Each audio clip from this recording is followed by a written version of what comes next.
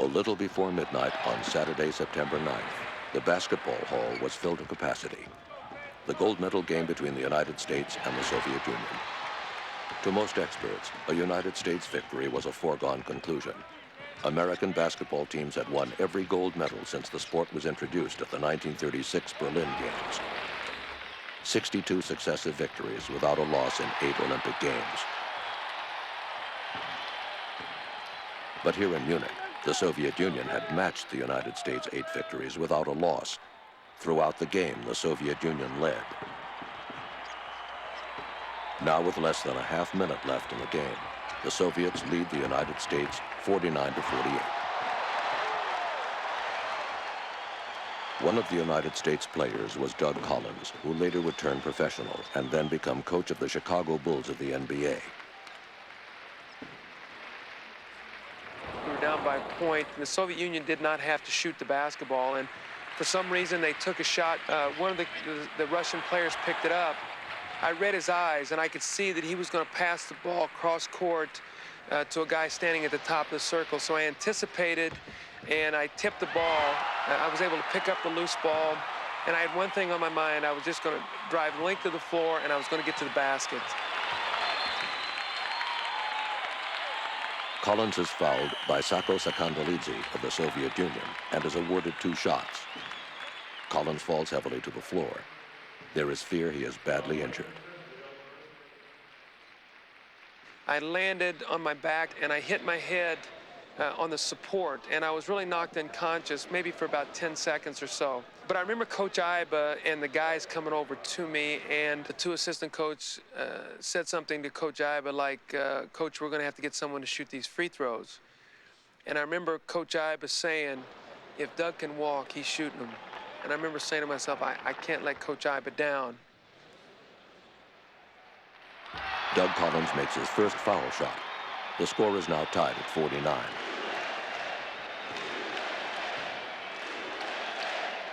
The referee hands the ball to Collins for the second free throw.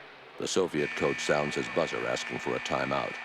At this point, under Olympic rules, the ball is considered alive and in play and no timeouts permitted.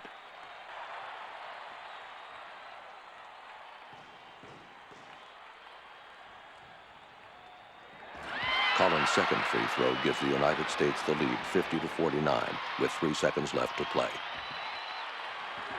The Russian team threw the ball in, guy dribbled to about half court, and all of a sudden the game was stopped. There was 1 second to go, and we couldn't figure out why the game was stopped. And the officials said the reason they stopped it was because there were fans running out on the floor. Well, what it was the Russian coach and players frantically jumping up on the sideline trying to get a timeout. In international ball, you cannot get off the bench. There's a little button you push, the coach does. A red light lights up at the scores table, so on the next dead ball, you get a timeout. So there should have been a technical foul awarded to the Russian coach, which there wasn't. Coach Hank Iba of the United States is confused. Referee Renato Righetto of Brazil explains the situation. He tells Coach Iba that the clock will be reset to show that there are still 3 seconds to play. The referee stopped the game, 3 seconds to go. They threw the ball inbounds. They threw it off the backboard. It kicked loose.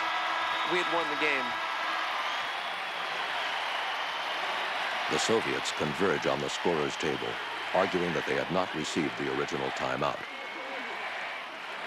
Bill Jones, who was from FIBA, came down and with no authorization at all, said put 3 more seconds back on the clock. He was not authorized to do that. 3 more seconds were placed back on the clock. Dr. R. William Jones, the Secretary General of FIBA, International Basketball's governing body, told the officials that the clock was not properly reset on a previous play to show 3 seconds remaining, and that the Soviets should be given another 3 seconds. Coach Iba protests unsuccessfully. The clock is reset to show that there are still 3 seconds to play. For the 3rd time, the Soviets have the opportunity to score. The Soviet Union got the ball again, this time at the end line. Now the guy takes and he throws the ball inbounds.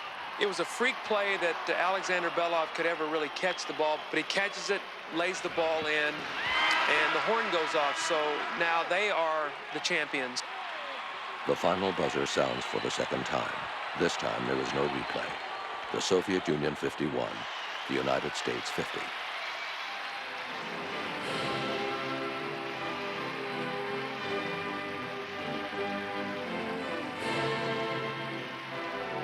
I mean, talk about emotion. If you're a 21-year-old kid, you just won the gold medal, you had your celebration, now you've just lost the gold medal, you have no idea what's going on.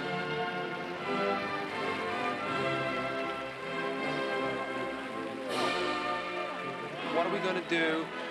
We didn't deserve a silver medal, we didn't win a silver medal, we're going to protest the game. The United States filed an immediate protest. A 5-man jury of appeal was appointed by Dr. Jones. The United States appeal was turned down 3-2. The 3 votes against the United States protest were from representatives of Hungary, Poland, and Cuba. Voting in favor of the United States, Italy, and Puerto Rico.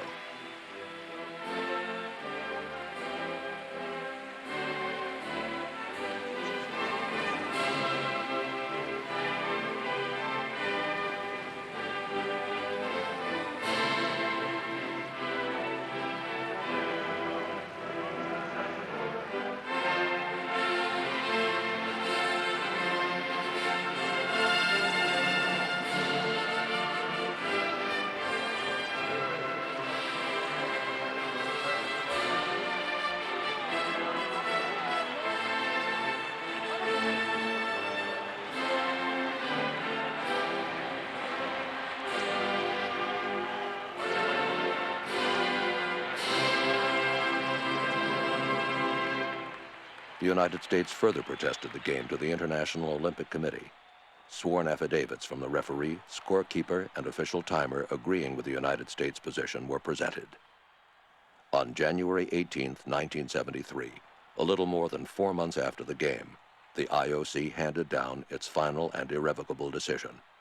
The United States protest was denied.